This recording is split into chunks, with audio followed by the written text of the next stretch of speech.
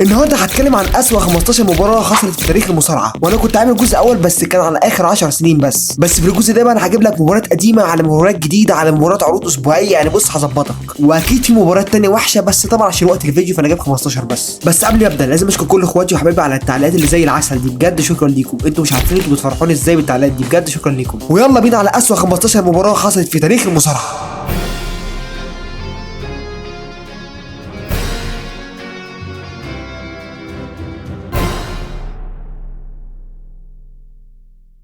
في المركز ال 15 مباراة اندرتيكر ضد بيج بوس مان في ريسل مانيا 15. مباراة فعلا مخيبة للامال بشكل كبير جدا. الجمهور تقريبا ما كانش عارف يشجع مين، ما كانش بيشجع حد اساسا. كان في حالة صمت غريبة، وحالة الصمت دي ليها سببين. السبب الاول زي ما قلت لك ان الاثنين اساسا كانوا بالشخصية الهيل، واندرتيكر كان في وزارة الظلام وكان عامل جمدان وكان هيل يعني. وكمان بيج بوس مان اللي هو اصلا ما حدش بيحبه، بس بص عليه يبان عليه الحنكة والدهاء. راجل تحسه خطر جدا، راجل خطر يا جماعة، تبص عليه كده تبقى عايز تجري. المهم ان هم لعبوا ماتش من اسوأ المباريات اللي ممكن تشوفها في حياتك ومن اسوأ المباريات اللي في تاريخ الاندرتيكر. مباراه ممله جدا وملهاش لازمه اساسا. يعني انا استفدت ايه دلوقتي؟ انا شفت الاثنين ضد بعض، انا استفدت ايه؟ قدمت لي قصه وحش، قدمت لي اداء وحش جدا. طب انا جاي اعمل ايه دلوقتي؟ انا هتفرج عليه؟ بجد المباراه كانت وحشه جدا، وحشه لدرجه ان انت اصلا ما تبقاش عايز تكملها. وانا بقول لك كده عشان اصلا ما كنتش شفت الماتش ده وشفته عشان اعمل الفيديو. كنت بجلد ذاتي حرفيا عشان اشوف الماتش ده بمعنى الكلمه. ماتش ممل يعني، ماتش غريب جدا وما تفهمش اتعمل ليه اساسا. بس هل يعقل يا جماعه ان بيج بوس مان ده يغلب الاندرتيكر في ريسل مانيا؟ وكمان اندرتيكر كان باقوى شخصيه عملها في حياته. لو طفل ماشي في الشارع وسالته مين هيكسب هيقول لك الاندرتيكر بدون نقاش. فبجد يعني هو ماتش وحش جدا ومحروق جدا. وفي الاخر فاز الاندرتيكر وكمان شنق بيج بوس مان في القفص. مش انت عايز تكسبني؟ طب انا هشنقك النهارده. مباراه وحشه جدا وكاداء دي 4 من 10، وكقصه دي 4 من 10 برضو. ان القصه يعني كان فيه شويه بناء بسيط كده اللي هو بص على الوش كده، بس فعلا البناء كان وحش. وتصنيفي للمباراه دي انها مباراه محروقه جدا. يعني هل يعقل يا جماعه بيج بوس مان يفوز على الاندرتيكر؟ بتشتغلونا، ما احنا عارفين النتيجه اساسا. وبس يلا بينا على رقم 14. في المركز ال 14 مباراه جيك سنيك روبرتس ضد اندري ذا جاينت في ريسل مانيا 5. في الماتش ده يا جماعه كان جيك روبرتس اساسا تعبان جدا، اصلا ما كانش باين عليه ان هو في فورمه اللعب دلوقتي. كان تعبان قوي، ما تحسش ان هو ممكن يلعب ماتش اساسا دلوقتي. وكان بيلعب مع واحد من عمالقه المصارعه بجد ولازم نحترمه طبعا، وليه احترامه اللي هو اندري ذا جاينت. بس يا جماعه في الماتش ده اندري ذا جاينت عمل اسوأ اداء ممكن تشوفه في حياته تقريبا. مباراه وحشه جدا وبطيئه جدا وممله جدا. صح جيك روبرتس كان عمال يعمل اي حاجه عشان يرفع الماتش ويخليه قوي جدا وعلى الاقل يحمس الجمهور، لكن فشل في ده تماما. والاداء بجد كان وحش جدا لدرجه ان اصلا فعلا الناس كان يعني خلاص الناس كانوا حاضرين عليهم صيحات الاستهجان اللي انتوا بتعملوا يا جماعه، خلصونا. مباراه فعلا وحشه وملهاش اي لازمه يا جماعه. بجد المباراه كانت وحشه جدا، واندري ذا جاينت كان في اسوأ حالاته في الماتش ده. هي كانت ليله سودا بجد. وفاز في الاخر جيك روبرتس بالديكيو، يعني حتى ما خلوهاش بالتثبيت، لا بالديكيو. يعني انت اساسا يعني انا استفدت ايه دلوقتي برضو؟ بس في الاخر بنشوف مشهد غريب جدا الصراحه، وهو ان اندري ذا جاينت مسك الحكم وعمال يديله بدماغه بدون اي سبب كده. فكاداء دي 2 من 10 ان بجد الاداء كان حاجه لا تطاق. والقصه دي 4 من 10 ان القصه كان في بناء بسيط قبلها برضو. وتقييم المباراه دي انها مباراه ممله جدا. ويلا بينا على رقم 13. في المركز ال 13 مباراه فينلي وهورنس واجل ضد ليتل بوجي مان وبوجي مان في عرض نوي اوت 2007. يا لهوي يا لهوي ايه ده؟ تعالى بقى يا باشا للكارثه اللي انت عمرك ما هتتخيل انها كانت موجوده اساسا. واحده من اكتر المباريات العبثيه اللي ممكن تشوفها في حياتك. يعني ايه اللي حصل في الماتش ده؟ يعني ايه؟ فهموني، يعني ايه يا جماعه اللي انتوا عملتوه ده؟ يعني ايه؟ ولا ايه جرايه صيع واحنا صبعنا بقنا صيع. يعني اصلا بوجي مان واحد من اسوأ المصارعين اللي ممكن تشوفهم في حياتك، تقوم جايبهولي ضد فينلي وكمان معاهم هورنس واجل وكمان بوجي مان الصغير. انتوا بتشتغلونا؟ ما انتوا بتشتغلونا قولوا لنا يا جماعه، مش كده الله يخرب بيتكم. ولا ايه جرايه صيع. الصراحه اللي حصل في الماتش ده ما يرضيش ربنا. كميه عبث وعبط لا توصف يا جماعه. انتوا عبطوا ولا يا جماعه؟ ايه اللي انتوا عاملينه ده؟ ايه اللي انتوا عاملينه ده يا جماعه؟ فهموني. طب فهموني وانا هاجي معاكم عادي، بس فهموني. مباراه ممله وما فيهاش اي احداث، وبجد يعني حسبنا الله ونعم الوكيل فيكم يا عالم يا باولو ما انتش يا باولو. بس الحمد لله يعني ربنا عالم بحالنا، والمباراه ما عادتش اكتر من 6 دقايق. والحمد لله طبعا، الحمد لله طبعا ان هي عدت 6 دقايق بس فعلا ال 6 دقايق دول كانوا بيعدوا على الواحد كانهم ساعه. يا جدع ده الجمهور كان هاين عليهم يضربهم يا جدع. انت متخيل كميه عبث وقرف ما تتخيلهاش ابدا؟ حاجه يعني غريبه وعبثيه، ومحدش اصلا طلب الماتش ده منهم. محدش كان نفسه يشوف الماتش ده اصلا، اللي هو كان محطوط فرده كده، فرده علينا كلنا لازم نشوفه. حاجه متخلفه ومباراه زباله. واساسا اللاعبين اللي بيلعبوا المباراه دي يعني مش عايز اقول لك، يعني انا اساسا حطيتهم في سلسله ازاي لوحدهم كده، حاجه بجد اجرك الله. فكاداء اديها 3 من 10 على الاداء الزباله اللي عملوه ده، وكقصه 1 من 10 لان هو اصلا فين القصه؟ يعني فين القصه اللي ممكن تجمع لي فيهم كل دول يا باشا؟ انت عبط ولا ايه؟ كان في عداوه بس عداوه تعبانه يا عم، عداوه تعبانه، وعشان في عداوه يبقى في قصه؟ لا طبعا العداوه بجد كانت وحشه. وتصنيفي للماتش ده هي كلمه حسبنا الله ونعم الوكيل فيكم. وبس يلا بينا على رقم 12. في المركز ال 12 مباراه جندر مهال ضد راندي اورتا في باتل جراوند 2017. تعالى بقى للعبث والقرف، تعالى انت وراك حاجه، تعالى. جندر مهال وما ادراك ما هو جندر مهال، العظمه تتحدث هنا. واحده من اسوأ المباريات اللي ممكن تشوفها اخر فتره. جندر مهال عمل نقطه سوداء في تاريخ راندي اورتا. انت متخيل؟ بقول لك ايه، عمل نقطه سوداء، خلى راندي اورتا يلعب كام مباراه زباله بمعنى الكلمه. بس اكيد كانت اوحش واحده فيهم هي المباراه دي. ترايا سيء واحنا صبعنا بقنا بجد حاجه وحشه جدا. وكمان بقى عشان يقنعونا ان الماتش حلو يعملوا الماتش من نوع قفص اللي هو الهندي بتاعهم ده، قفص معفن جدا يا جماعه، اللي هو المفروض ان انا اتحمس وافرح واغني واقعد ارقص كده واعمل حاجات كتير جدا عشان اتحمس للماتش ده. انتوا عبط يا جماعه. سؤال الحلقه، هل انتوا عبط؟ ايه القرف ده يا جماعه؟ احنا ناقصين يا جماعه. واحده من اسوأ المباريات القفص اللي ممكن تشوفها في حياتك. عارف ان الشركه كان قصدها خير وان هم يحمسونا بس ما عرفوش يعملوا كده، ما عرفوش، عملوا لنا مباراه حقيره بمعنى الكلمه. ايه يا عم القرف ده؟ اللي هو اصلا احنا متحملين جندر مهال بالعافيه، يعني بص هنفرقع من جنابنا يا جدع، مش كده؟ مباراه ما حدش كان مهتم بيها تماما. لا وكمان النهايه جميله جدا لدرجه ان انا يعني خلاص كده كنت هكسر الكمبيوتر وانا بتفرج عليها. فجاه كده بدون سابق انذار يرجع كليه بس كده. يلا يا ابن الكلب، ما ينفعش، واحد هيجي يقول لي ما علشان جندر مال هندي فهو هندي فايه ما تحبكاش يعني وكده. هقول لك انا، هو كان لسه مكتشف ان هو هندي دلوقتي؟ معلش يعني هو لسه مكتشف حالا ان هو هندي فدخل يساعده؟ يا جماعه بلاش عبث بقى ارحمونا، بجد حاجه عبثيه جدا. ودخل وساعد جندر مهال على الفوز واحتفاظه باللقب. اللي هو احنا هنهرج يا جماعه. مين جندر مهال اللي يفوز على راندي اورتا كذا مره ورا بعض وتشتغلونا؟ ما احنا عارفين اللي فيها. مباراه معفنه جدا الصراحه، ولا قصه ولا اداء ولا حول ولا قوه الا بالله، بجد حاجه صعبه. فكاداء اديها 1.5 من 10، وكقصه اديها 2 من 10، وكويس قوي عليها كده قوي بجد، يعني كويس عليها قوي كده. لو خدت حاجه وزن من كده ابقى انا راجل ضلالي من الاخر. وتصنيفي للمباراه دي مباراه متخلفه بكل المقاييس، مفيش اي حاجه عدله في الماتش مفيش. ويلا بينا على رقم 11. استنى بس، مخنوق ومكتئب ومش عارف تعمل ايه؟ بتحب المصارعه وبتحب التعليق عليها؟ بس يبقى حلك عندي في قناه اسمها قناه اتحاد الAEW، اتحاد مصري للمصارعه الافتراضيه. بيحصل فيه ماتشات وبطولات بين اللعيبه واللعيبه بجد حقيقيه وادائهم بجد بيبقى عالمي. ومش بس كده، لا كمان في تعليق جامد جدا على كل ماتش بينزل على القناه، وانا واحد من المعلقين دول وعلقت على ماتشات كتير جدا. فلو حابب او مهتم هسيب لك لينك القناه تحت. وبس يلا بينا نكمل.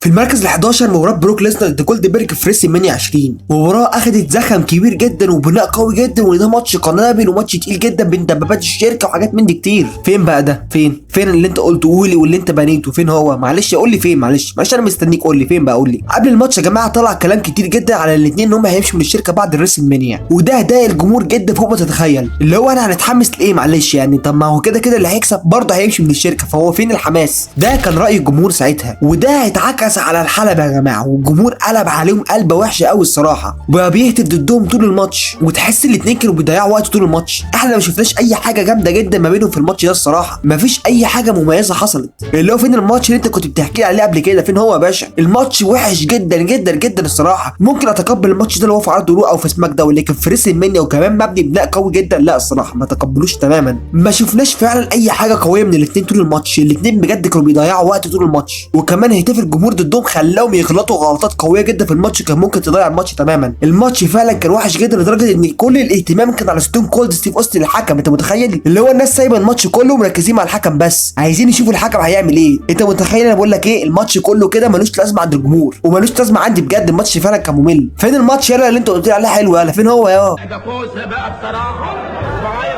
فعلا ماتش كان وحش جدا، وكان المفروض انه يطلع اجمد من كده بكتير. فكاداء اديله 1.5 من 10 على الاداء الوحش جدا اللي احنا شفناه طول الماتش، وكقصه اديله 7 من 10 عشان القصه كانت قويه جدا ومبنيه كويس جدا جدا. وتصنيفي للماتش ده ان هو ضياع وقت. انا استفدت ايه لما شفت الماتش؟ ما استفدتش حاجه، ضيعوا لي وقتي. ما بالك بقى بالجمهور اللي دافع تذاكر ودافع مواصلات ودافع عربيات وبنزين عشان يروح يشوف الماتش المعفن ده. انا لو من الجمهور ده والله العظيم انا اروح ارفع قضيه على الشركه. وبس يعني يلا بينا على رقم 10. مركز العاشر مباراه سيس رولينز ذا فيند في هيل سيل 2019. المباراه دي موجوده هنا يا جماعه وفي المركز ده بالذات عشان هي فعلا اسوأ ماتش هيل الاسيل اللي ممكن تشوفه في حياتك. المباراه فعلا كانت غريبه جدا ووحشه جدا، اكتر مباراه هيل الاسيل مكروهه، وده طبعا مش من فراغ. ليه؟ كذا سبب. اولا ان النور كان احمر وكان مضايق الواحد جدا ومش عارف يشوف حاجه، ده احنا كنا بنتفرج من الشاشات، ما بالك بقى بالجمهور اللي اصلا بيشوف من ورا القفص. فبجد كانت حاجه صعبه جدا وحاجه وحشه جدا. وسبب تاني طبعا اللي هو الاداء اللي كان وحش جدا برضه. ده غير يا جماعه ان الماتش خلص نهايه غريبه ومش متوقعه اصلا، اللي هو في الاخر سيس رولينز مسك زافيندو ونجده في الاخر وضربه فجاه كده الماتش خلص، اللي هو كده خلاص الماتش خلص والحكم عدى على سيس رولينز وخلص الماتش. اللي هو في يا جماعه انتوا بتشتغلونا. الماتش ده بوظ فعلا فكره الهيل الاسيل، هز صوره الهيل الاسيل في عيون الناس، اللي هو مش المفروض ان ده ماتش هيل الاسيل. مباراه ما فيهاش الكلام ده، يعني ما فيهاش جي كيو، ما فيهاش انسحاب، وما فيهاش اي حاجه، يعني مباراه دغدغه ودرمغه واللي يطلع لازم يكون فايز. فانت كده بتكسر القانون بتاع الماتش. دي كانت الحاجه اللي بتخلي ماتشات الهيل الاسيل حماسيه اصلا، اللي هو اضرب براحتك واهاجم براحتك، المهم انك تطلع فايز. بجد ماتش وحش جدا وغريب جدا وانتهى فعلا نهايه غريبه، لدرجه ان الجمهور كان بيستهجن سيس رولينز في الماتش. انت متخيل؟ اللي هو اصلا كان ساعتها بيبي فيس، وده خلاه يقلب هيل بعد كده. ماتش غريب جدا الصراحه ومالوش اي لازمه. الماتش ده بجد كان ممكن يكون اقوى من كده بكتير جدا الصراحه. ماتش فعلا وحش، وكاداء اديله 2 من 10 وكقصه اديله 6 من 10، ان في قصه كانت قويه شويه ما بينهم قبل كده، لكن بجد الاداء والماتش نفسه كان زي الزفت. وتصنيفي للماتش ده ان هو عبث في كل حاجه، كل حاجه كانت عبثيه في الماتش ده. ويلا بينا على رقم 9. في المركز التاسع مباراه ذا ميز ضد داميان بريست في ريس مينيا باكلاش 2021. مباراه يا جدع غريبه وملهاش لازمه ومتخلفه، مفيش اي حاجه في الماتش ده كانت كويسه اطلاقا. الاثنين طبعا كويسين جدا، بس انا بتكلم عن الماتش ده بالذات. بس فعلا ايه اللي حصل ده؟ الماتش يا جماعه كان من نوع زومبي. يا سافله يا منحطه يا مجرمه.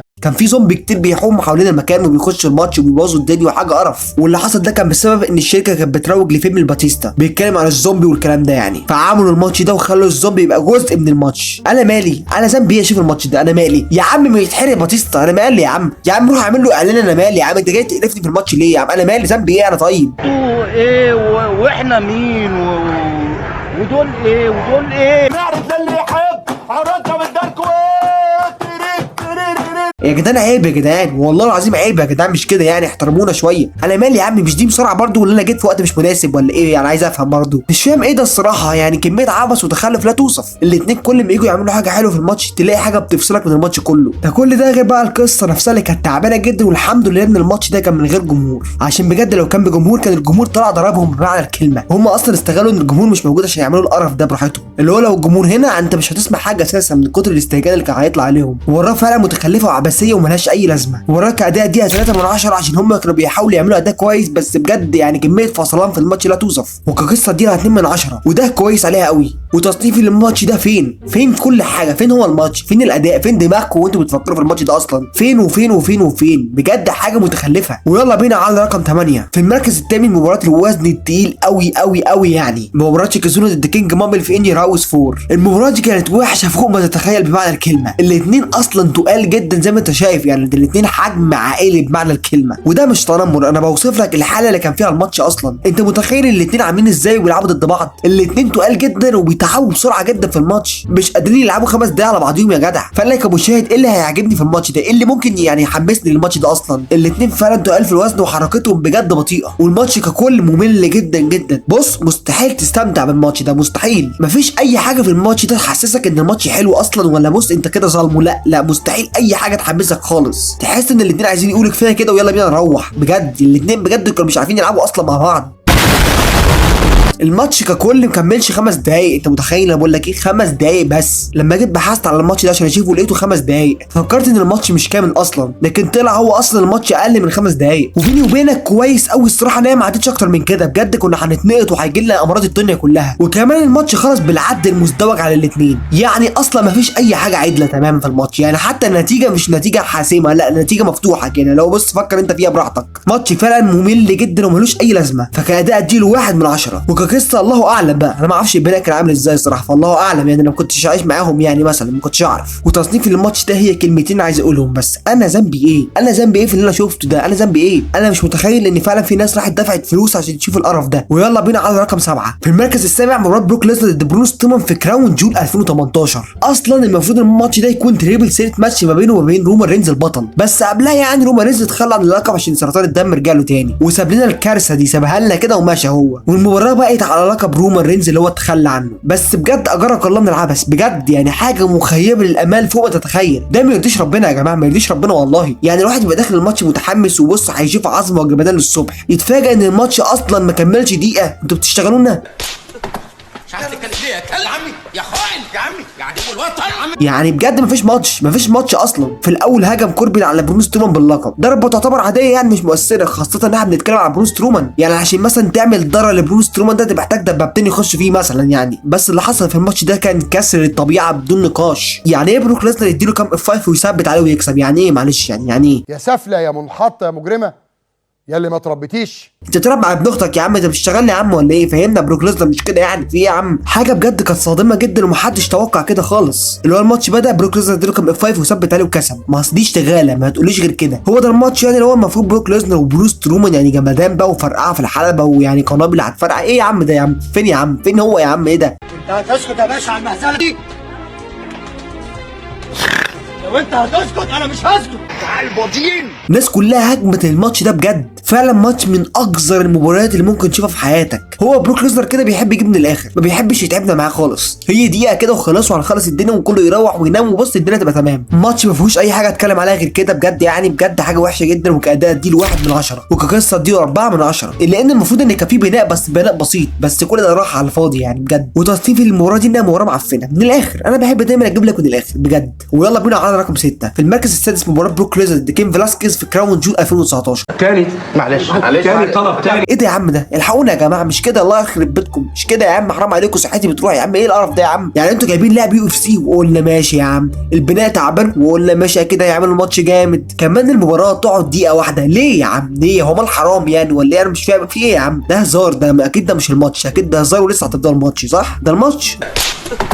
مش عارف تتكلم ليه يا كلب يا عمي. اللي حصل ده مش طبيعي اقسم بالله. البناء يا جماعه كان ان كين فلاسكيز ده اساسا كسب بروك ليزنر في اليو اف سي زمان، اللي هو اصلا ايه اللي جمعهم تاني مع بعض الله اعلم. بس فعلا الماتش كان سيء جدا جدا بجد. بالنسبه لنا احنا غريب جدا ان الماتش يقعد دقيقه واحده، بس بالنسبه لبروك ليزنر ده الطبيعي عنده. هو الراجل ما بيحبش يتعبنا معاه، دقيقتين 3 كده ويخلص الماتش. ده لو هو تكرم عليك ولعب الماتش دقيقتين 3، لكن غالبا بيكون دقيقه واحده لو كملها اساسا. ايه يا عم انت مهكر اللعبه يا عم ولا ايه؟ عايزين نشوف الماتش يا عم، مش كده يا عم، ارحمنا شويه. معظم ماتشات كراون جول على نفس النهج ده بالظبط، مباريات فيها مصارعين جامدين جدا، لكن طبعا المباراه نفسها تبقى وحشه جدا. اللي هو يعني بيجيب لك مصارعين جامدين بس استعوض ربنا في الاداء. ماتش فعلا وحش جدا وعبثي جدا، وفي الاخر بروك ليزنر خلى كين فلاسكيز ان هو يستسلم. حاجه بجد عبثيه اقصى ما تتخيل. فكاداء اديها نص من 10، لان هو انا اصلا ما شفتش حاجه عشان اديها اكتر من كده، ما شفتش. وكقصه اديها 1.5 من 10. ممكن يكون في حد منهم طف في المايك، فيعني اهو بنمشي الدنيا 1.5 من 10. وتصنيف المباراه دي انها مباراه زباله بجد، مباراه عبثيه ووحشه جدا جدا. ويلا بينا على رقم 5 في المركز الخامس، مباراه ايريك بيشوف ضد تودي لونج في سرفايفر سيريس 2005. طبعا الاثنين عظماء جدا كمديرين، روس ماك داون والكلام ده يعني كانوا جامدين جدا في الحوار ده. لكن تقول لي ان هم يلعبوا ضد بعض، هقول لك لا انت كده بتهزر بقى. كل واحد فيهم معدي ال 50 سنه اساسا، واصلا هم مش مصارعين، فليه يعني ليه فاهمني؟ تعال قول لي كده ليه؟ انا مش فاهم مين ابن الورمه اللي اقترح عليهم يلعبوا الماتش ده، انا مش فاهم. وكمان ايريك بيشوف كان بيلعب باسلوب الكاراتيه اللي اصلا مش ناقصه ضحك يا عم. كفايه كده يا عم، علينا هنموت يا عم منكم يا عم، هتموتونا في يوم من الايام، ارحمونا شويه. مباراه بجد في منتهى العبث والتخلف، ومش عارف ليه اتعملت. انا بجد مش عارف ليه اتعملت. ايه الخلاف اللي ما بينهم يخليهم يلعبوا ماتش يا جماعه؟ مش كده يعني، ارحمونا. يعني ايه الخلاف الكبير جدا الضخم يعني اللي لازم يتعمل في الحلبه؟ ما تخلوا مصارعين يلعبوا بالنيابه عنكم، مش انتوا يعني اللي تلعبوا. حرام يا عم، مرارتنا بتروح مننا يا عم. ماتش فعلا عبثي جدا جدا بجد. فكاداء اديله 1 من 10، وانا كارمه جدا جدا الصراحه، عشان ايريك بيشوف عمل كام حركه ضحكوني الصراحه. وكقصه اديله 3 من 10، ان كان في قصه بين ده وده على بس رو سماك داون، يعني العداوه اللي ما بينهم ما بين رو وسماك داون. وتصنيفي للماتش ده كلمتين بس برضو، حسبنا الله ونعم الوكيل فيكم. ويلا بينا على رقم 4 في المركز الرابع، مباراه برون سترومان ضد تايسون فيوري في كراون جول 2019. حلقه من الناحيه الثانيه واحده من المباريات المتخلفه بمعنى الكلمه. يعني ايه اللي جاب تايسون فيوري للمصارعه؟ معلش يعني هو اصلا ملاكم وملاكم محترف وجامد جدا يا عم، على عيني وعلى راسي يا عم. ايه اللي جابه للمصارعه؟ فهمني يا ابني فهمني. مش هتلاقي حل للكلمه دي غير بس الفلوس. دي الكلمه الوحيده اللي ممكن توصف كل ماتشات كراون جول بمعنى الكلمه. عارف طبعا ان تايسون فيوري كان ساعتها ناجح جدا وجامد جدا، بس مش لازم تجيبه يلعب ماتش يا عم. يا عم خليه يجي يعمل فقره ماشي معاك يا عم، يجي يا عم يضرب مصارعه ويمشي ويطلع يجري، لكن تخليه يلعب ماتش من بدايته كده لا طبعا وحشه جدا. لو بيلعب مع برون سترومان. انت متخيل بقى العبث يعني، حتى مش بيلعب في حد في مقاسه مثلا ولا حجمه، لا بيلعب مع واحد ضخم كده. بس بقى المفاجاه هنا ان برون سترومان كان صاحب الاداء الاسوأ في الماتش، لان بجد برون سترومان كان بطيء في الماتش جدا بامانه، مش عارف يندمج مع تايسون فيوري خالص. تايسون فيوري عمال يتنطط في كل حته حرفيا، وكان مركز جدا في الماتش على عكس برون سترومان تماما اللي كان بطيء جدا ومش عارف يلعب معاه خالص. وفي الاخر بقى النهايه العبثيه بقى، احنا بص لازم نختمها نهايه جميله كده تليق بالماتش. فاز في الاخر تايسون فيوري على الوحش برون سترومان. وانت كنت فين؟ كنت فين؟ شفتني ده عند امه. لا تعليق على القرف والعبث اللي انتوا عملتوه ده، لا تعليق والله العظيم. انك تجيب واحد اصلا مش مصارع يتغلب على مصارع عندك، فانت كده بتهد المصارع نفسه، وده مش اي مصارع، ده برون سترومان. يعني بالعقل كده هتقول برون سترومان لازم يكسب، لكن احنا هنقول ايه؟ حسبنا الله ونعم الوكيل. ماتش وحش جدا، وكاداء اديله 1.5 من 10، وكقصه اديله 1.5 من 10، لان مفيش قصه اساسا. وتصنيفي للماتش ده انه حرام في كل حاجه، حرام ان انا اشوفه، حرام ان هو حصل، حرام في كل حاجه بجد يعني. ويلا بينا على رقم 3 في المركز الثالث، مباراه جون سينا ضد مايكل كول في عرض رو 2012. ولا ايه جرايه صيع. طبعا انتوا عارفين ان انا مش بجيب في السلسله دي مباريات من عروض اسبوعيه خالص، بس في الفيديو ده عملت استثناء لماتشين بس، والماتش ده واحد منهم. دي يا جماعه مباراه عبث السنين بمعنى الكلمه، بدون نقاش ماتش متخلف. جون سينا ضد مايكل كول، مباراه تستحق الدفن بدون نقاش. يعني ايه اللي حصل في الماتش ده؟ يعني ايه؟ يعني انتوا عايزين توصلوا لنا ايه برضه؟ فهموني، انت عبط يعني ولا ايه؟ معلش ايه اللي جاب ده يا جماعه؟ انت عبط. عارف ان مايكل كول كان عمال يشتم على جون سينا وعمال يعمل اهانات لجيري لاور وكلام من ده كتير. يا عم انا استفدت ايه؟ انا ذنبي اشوف العبث ده يا عم؟ انا مالي يا عم؟ ما يتحرق جيري لاور على مايكل كول، انا مالي؟ وطبعا مش محتاج اقول لك ان جون سينا مسك مايكل كول يعني عدمه العافيه بجد، اهانه اهانه مفيش بعدها اهانه تانية خالص، رش عليه صلصه، وكمان رش عليه اللي هو طفايه الحريق. يعني بص اهانه وحشه قوي الصراحه. الماتش ده كان اهانه بس ايه الفايده من الماتش ده؟ هتقول لي ماتش كوميدي يا عم وعديها يعني، ما فيهاش حاجه يعني عديها. هقول لك الجمهور نفسه ما كانش بيضحك، الجمهور نفسه عايز يقول لهم انتوا ضيعتوا لنا وقتنا يا جماعه، ارحمونا مش كده يعني. المهم يعني ان جون سينا خلى مايكل كول في الماتش ده انه يعتذر لجيري لاور. انا استفدت ايه؟ انا مالي بالحوار ده كله، انا استفدت ايه دلوقتي لما هو اعتذر له؟ انا مالي يعني؟ هو ما كانش ينفع يعتذر له كده عادي؟ لازم يقوم يتنفخ في الماتش عشان يعتذر له؟ لا يحرقكم يا عم. مباراه متخلفه جدا وانا ما استفدتش منها باي حاجه. وفي الاخر طبعا فاز جون سينا بدون نقاش، اللي هو انتوا كمان عايزين تفوز على جون سينا؟ لا انتوا كده ههبت منكم على الاخر بجد. مباراه فعلا متخلفه الصراحه، وكاداء اديها 0.5 من 10، والنص ده لجون سينا عشان جون سينا بجد كان بيعمل حاجات فيه غريبه جدا بمعنى الكلمه، وكقصه اديله 0 من 10. وتصنيفي للماتش ده هم 3 كلمات بس، انا استفدت ايه بجد؟ انا ايه اللي انا استفدته من الماتش ده؟ ايه اللي استفدته؟ حاجه يعني اجرك الله الصراحه. ويلا بينا على رقم 2 في المركز الثاني، مباراه ذا ميز ضد سنوب دوج في ريسل مانيا 39. طبعا انتوا عارفين الماتش ده هنا ليه، بس احتياطي علشان ما حدش يقول لي ده عادي يا عم، ده ماتش مضحك يعني وكوميدي كده وعديها. بص يا عزيزي، طالما الماتش اتلعب وتعدى على المصارع فهو يعتبر ماتش، ماليش دعوه، هو ماتش كده خلاص ماليش دعوه. طبعا شين ماكمان هو اللي كان هيلعب ضد ذا ميز، بس جاله شد عضلي كده، فالشركه عشان تمشي الدنيا دخلوا له سنوب دوج، يلا يا باشا العب معاه، يلا خش له. ايه اللي جابهم لبعض؟ معلش اللي هو يلعبوا خلاص يعني كده بدون اي معنى، ملهاش اي معنى خالص، يلعبوا على بعض كده وخلاص. طيب ليه يعني؟ ايه اللي جابركم؟ حد مهددكم؟ طيب حد مهددكم على الماتش ده؟ حد مهددكم؟ فهموني. ده ما يرضيش ربنا يا جماعه، اللي حصل ده بجد ما يرضيش ربنا. والمشكله ان سنوب دوج فاز على ذا ميز بعد ما عمل البيبس البو بتاعت ذا روك، اللي هي اصلا واحده من اضعف الحركات في التاريخ. فتخيل انت واحد من اصلا مش مصارع بيعمل اضعف حركه في التاريخ لذا ميز وبيعد عليه وبيكسب.